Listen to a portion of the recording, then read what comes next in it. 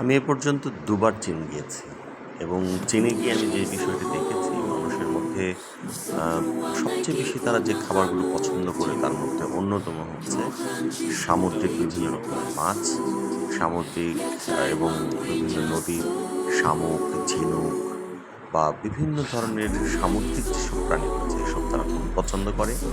পাশাপাশি তারা বিভিন্ন ধরনের সবজি তারা খেতে পছন্দ করে।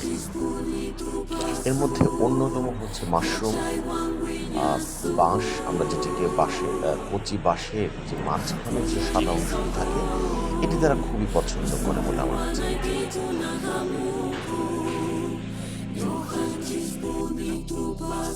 আমরা এখন বাঁশ খাচ্ছি, এটা হচ্ছে সবচেয়ে এক্সপেন্সিভ ডিশের মধ্যে অন্যতম। চিকেনের সাথে এটা মানে কি জিনিস পুরো শুনলে খাবেন না, কিন্তু টেস্টটা